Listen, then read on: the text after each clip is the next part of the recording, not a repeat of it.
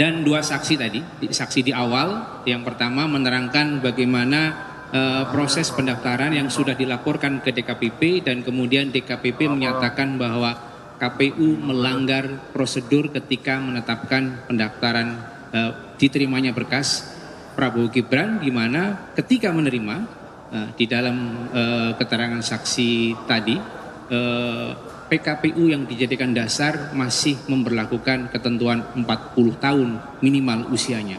Sedangkan putusan Mahkamah Konstitusi itu bentuknya adalah vonis yang harus ditindaklanjuti dengan rehling atau pembentukan peraturan pelaksanaan dari undang-undang pemilu. Itu tadi terkonfirmasi bahwa ada pelanggaran, kemudian ahli hukum administrasi menyatakan pelanggaran di mana SK itu adalah cacat. Cacat selamanya cacat, tidak bisa kemudian belakangan dilakukan pembenaran hanya karena pasangan calon mengikuti tahapan berikutnya. Nah, karena itu disinilah letak kami untuk mengajukan permohonan pembatalan itu. Ketika ini tadi terbukti secara terang benderang, bahkan di dalam SK KPU mengenai penetapan pasangan calon, putusan MK tidak dijadikan salah satu dasar mengingat. Itu menunjukkan bahwa ada cacat yuridis yang harus diluruskan oleh Mahkamah Konstitusi. Nah, selanjutnya ada beberapa hal yang ingin disampaikan juga oleh rekan kuasa hukum yang lain. Ada Mas Bambang Wijoyanto, ada Bang Refli, dan ada Bang Ahmad Yani secara bergantian. Silakan. Ya. Ya. Nanti Mas Bambang ya. Assalamualaikum warahmatullahi wabarakatuh. Jadi kawan-kawan semua, kami hari ini sangat bahagia, sangat senang karena paling tidak bukti bahwa pemilu ini curang itu makin terlihat, makin kentara, ya. Kecurangannya bermacam-macam, mulai dari pencalonan Gibran, mulai dari soal bansos, soal IT, dan lain sebagainya. Dan sesungguhnya tidak ada bantahan yang signifikan. Bahkan tadi Prof. Yusril menanyakan sesuatu yang saya sampai surprise, kok Yusril bisa tanya begitu. Gimana kalau seandainya dilanjutkan masa jabatannya? Bagaimana dengan Anies dan bagaimana dengan Ganjar? Kok sederhana sekali pertanyaannya. Iya, kalau seandainya Anies dan Ganjar masih menjadi kepala daerah dan mau mencalonkan, ya tinggal mundur, ya kan? Sesederhana itu. Nah, mudah-mudahan pemilu tetap ditegakkan konstitusionalitasnya, dan MK sekali lagi tidak hanya berkutat pada angka-angka. Kenapa? Karena dari awal kami mengatakan tidak mungkin kami mempermasalahkan angka yang didapat dari hasil kecurangan, ya. Kalau kita mempermasalahkan angka yang didapat dari hasil kecurangan, itu sama saja kita mengakui kecurangan itu sendiri. Karena itu kita bergerak pada hal yang jauh lebih substantif. Apa itu? Yaitu pemilu ini curang, pemilu ini melanggar konstitusi, bahkan mengkhianati konstitusi, dan melanggar prinsip langsung, umum, bebas, rahasia, jujur, dan adil. Terutama kata bebas, jujur, dan adil. Dan sampai hari ini yang didalilkan oleh 01 itu belum bisa dibantah, ya. Paling tidak di antara teman-teman ini saya yakin tidak ada yang menyanggah bahwa pemilu ini curang. Kecuali ada yang menyanggah, silakan saja. Tetapi saya dan kami semua yakin bahwa pemilu ini curang dan sampai pada tahap melanggar konstitusi. Itu saja. Silakan Mas Bambang. Apa kabar teman-teman? Masih pada puasa ya? Alhamdulillah sama. Baik, saya mau menyampaikan beberapa hal. Permohonan kami itu mendalilkan 11 dalil. Saksi, bukan saksi, ahli dan saksi, dua saksi yang tadi hadir, alhamdulillah sudah melunasi dan menggenapi 11 dalil itu. Itu bagian yang pertama. Bagian yang kedua, baru kali ini sebuah permohonan mendatangkan ahli, dan ahli itu adalah ahli yang sangat saintifik. Karena dia mengkonfirmasi perhitungan-perhitungan ekonomi politik untuk masuk dalam perdebatan dan diskurs dalam peradilan ini. Ever sebelumnya. 3 orang saksi yang latar belakangnya ekonomi itu mengkonfirmasi itu semua. Saya masuk dengan Mas Afi ya. Fit Adrison.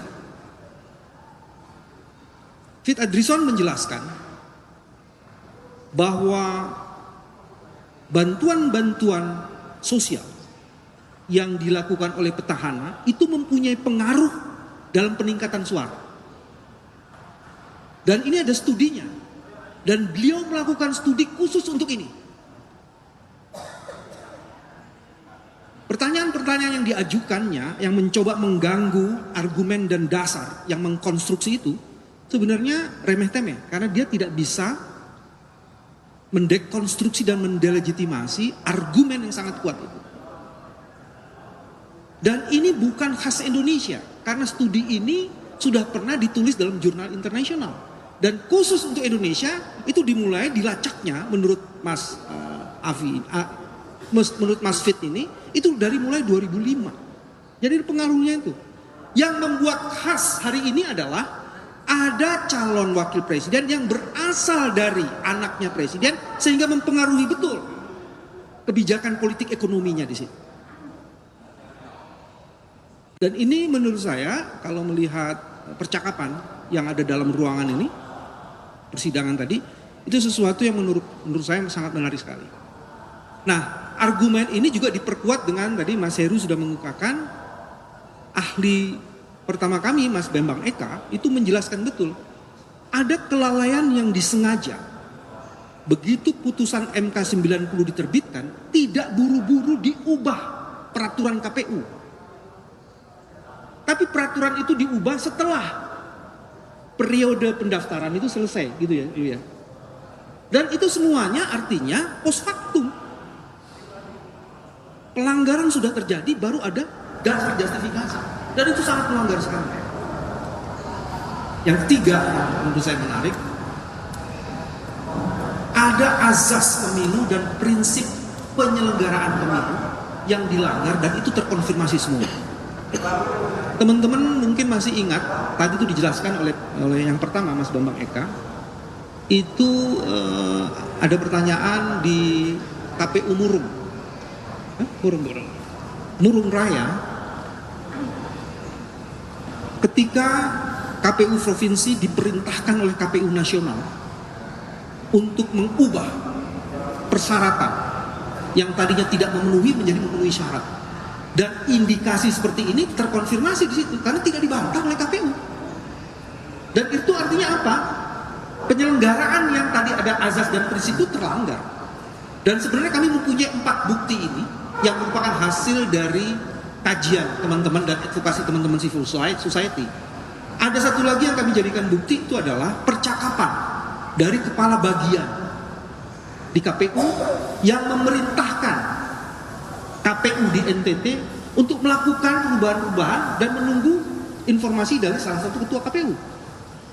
Begitu juga di Talaut. Di Talaut juga gitu. Ada sekretaris provinsi, KPU provinsi, itu melakukan koordinasi dengan sekretaris provinsi kabupaten lainnya di Sulawesi Utara. Itu terjadi. Jadi itu terkonfirmasi. Jadi yang ketiga sebenarnya yang tadi ingin dikatakan, prinsip-prinsip penyelenggaraan pemilu dan asas pemilu dilanggar itu terkonfirmasi. Nah yang keempat yang juga sangat menarik, kami menghadirkan mantan Direktur Jenderal Otonomi Daerah. Beliau mengatakan ada putusan Mahkamah Konstitusi nomor 15 tahun 2022. Dalam putusan Mahkamah Konstitusi itu dikatakan jika ingin melakukan penunjukan pejabat-pejabat, maka itu harus dilakukan dalam bentuk peraturan pemerintah.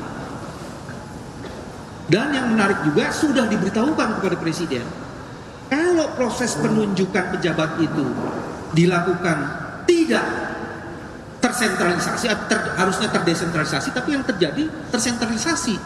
Dan akhirnya koordinasi antara Presiden dan Kepala Daerah itu terjadi.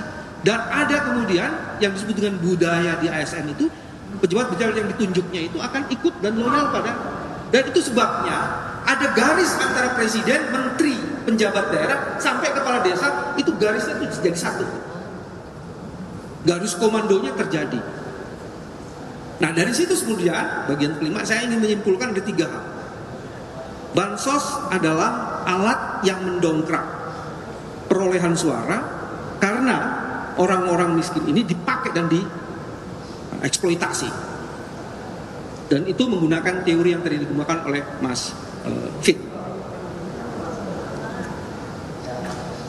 Masyarakat di daerah melalui kepala desa dan macam-macam dikoordinasi juga melalui penjabat-penjabat, itu juga terbukti. Dan yang terakhir yang belum didiskusikan, ternyata situng itu sebenarnya alat untuk melakukan kontrol terhadap rekap yang manual, tapi alat ini justru dihancurkan. Jadi sekarang pertanyaannya, rekap supaya tidak terkontrol karena hasil rekap manual supaya tidak terkontrol itu karena si rekapnya dihancurkan. Dan teman-teman tadi ada satu pertanyaan menarik, jawaban yang menarik, apa yang bisa dijadikan dasar bahwa C1 yang diperiksa dan dijadikan dasar rekapitulasi manual itu masih C1 yang bisa dipertanggungjawabkan, masih C hasil yang bisa dipertanggungjawabkan. Ternyata metadatanya itu tidak bisa dilihat. Kalau saya foto teman-teman, saya akan bisa lihat metadatanya ini berasal dari HP saya pada jam sekian dan di lokasi mana.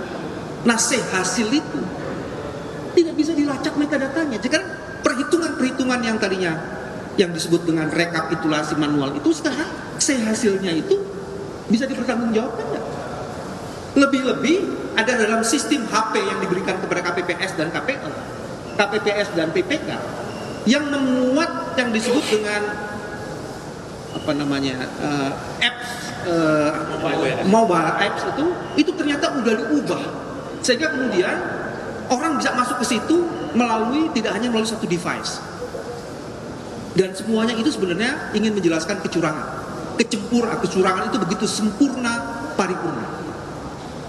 Kami berharap mudah-mudahan permohonan yang didukung oleh ahli yang saintifik ini bisa menjadi bagian penting untuk memutus mata rantai kecurangan dan menghancurkan setiap perilaku curang yang ingin mendekonstruksi proses demokrasi. Terima kasih. Assalamualaikum warahmatullahi wabarakatuh. Saya ingin melengkapi saja, ada dua hal tadi yang belum sempat terkonfirmasi. Apa yang dikemukakan oleh Mas Bambang dalam rangka tadi menindaklanjuti keputusan Mahkamah Konstitusi yang seharusnya dalam produk undang-undang, setelah undang-undang itu PP, itu hierarkinya itu, tapi pemerintah menggunakan produknya Permendagri. Dan ini terkonfirmasi juga tadi apa yang disebut inline itu dari pusat sampai ke kepala desa, yaitu Presiden pernah mengumpulkan ya kan seluruh kepala desa yang ada, dan makan itu ada dialog tadi dikutip langsung oleh ahli kami. Pada waktu itu Presiden itu kan menanyakan kepada Mendagri ini terhadap ya kan PJ ini berapa lama untuk melakukan evaluasi. Pada waktu itu kita sama-sama mendengar kan Pak Mendagri menjawab ya itu bisa 1 bulan, 3 bulan atau 1 bulan. Pak Jokowi langsung menyatakan saya akan evaluasi per hari. Ya setiap hari bisa dievaluasi. Apa artinya? Setiap hari PJ ini kalau tidak memenuhi, kalau bahasanya Pak Jul tadi gerak, mimik dan sebagainya, dia bisa dievaluasi dan bisa diganti. Itulah yang menunjukkan bahwa ada keterlibatan PJ-PJ di seluruh Indonesia ini. Itu yang pertama. Yang kedua adalah tadi juga apa yang dikemukakan tadi, mengkonfirmasi juga keterangan juga kita berbagai ahli, baik ahli tentang kepemiluan maupun ahli hukum administrasi negara, ini terkonfirmasi apa yang dikemukakan tadi cacat konstitusional, cacat prosedural itu terkonfirmasi oleh saksi yang kami hadirkan juga, yaitu saudara Patra, karena dia mengemukakan apa yang terjadi di sidang di KPP. Di dalam sidang di KPP itu terbukti secara sah dan meyakinkan itu, yaitu KPU pada waktu proses pendaftaran melanggar ketentuan-ketentuan yang ditentukan oleh aturan PKPU itu sendiri. Apa yang paling mendasar ketentuan itu tentang proses penerimaan saudara Gibran pemilih pendaftarannya. Harusnya, nah ini dalam proses itu, harusnya tanggal 29 Oktober itu saudara Gibran itu proses pendaftarannya dicoret. Atas kekeliruan langkah yang diambil oleh KPU dengan menerbitkan keputusan itulah sehingga DKPP memutuskan memberikan peringatan, ya kan, sanksi dianggap pelanggaran berat dan peringatan yang terakhir yang ketiga kali. Jadi itu yang kawan-kawan, apa yang kita bangun argumentasi kita dalam gugatan terkonfirmasi dengan tadi baik ahli maupun saksi-saksi yang sempat ada itu terkonfirmasi. Jadi gugatan yang kami ajukan yang selama ini dilakukan pelanggaran terhadap konstitusi, pelanggaran terhadap undang-undang itu disampaikan baik dalam kerangka teori yang disampaikan ahli maupun dalam fakta yang ada di persidangan sebelumnya, itu sidang di Dewan Kehormatan Penyelenggara Pemilu. Saya kira itu yang sama saya. Iya, terakhir menutup keterangan dari para kuasa hukum pemohon, tadi ada satu hal ya yang sangat mendasar mengenai pembuktian surat keputusan KPU IP 17, di mana setelah dicermati ya pada bagian mengingat nih, pada bagian mengingat KPU tidak mencantumkan putusan 90, putusan MK 90, tapi hanya mencantumkan mengingat Undang-Undang Nomor 7 Tahun 2017 dan nomor 2 adalah mengingat PKPU 19/2023. Nah, ini mengkonfirmasi bahwa ada cacat yuridis dalam penetapan pasangan calon, dan ini tadi terbukti ketika kami menanyakan kepada ahli hukum administrasi. Inilah yang menjadi sebab batalnya pencalonan. Oleh karena itu kami optimis bahwa ini adalah pelanggaran yang terukur yang hari ini terbukti. Begitu kesimpulannya. Selanjutnya barangkali ada pertanyaan untuk 2 atau 3 penanya, silakan. Kalau nggak ada, cukup ya, nanti kita lanjut setelah sidang pemeriksaan saksi. Terima kasih. Assalamualaikum warahmatullahi wabarakatuh.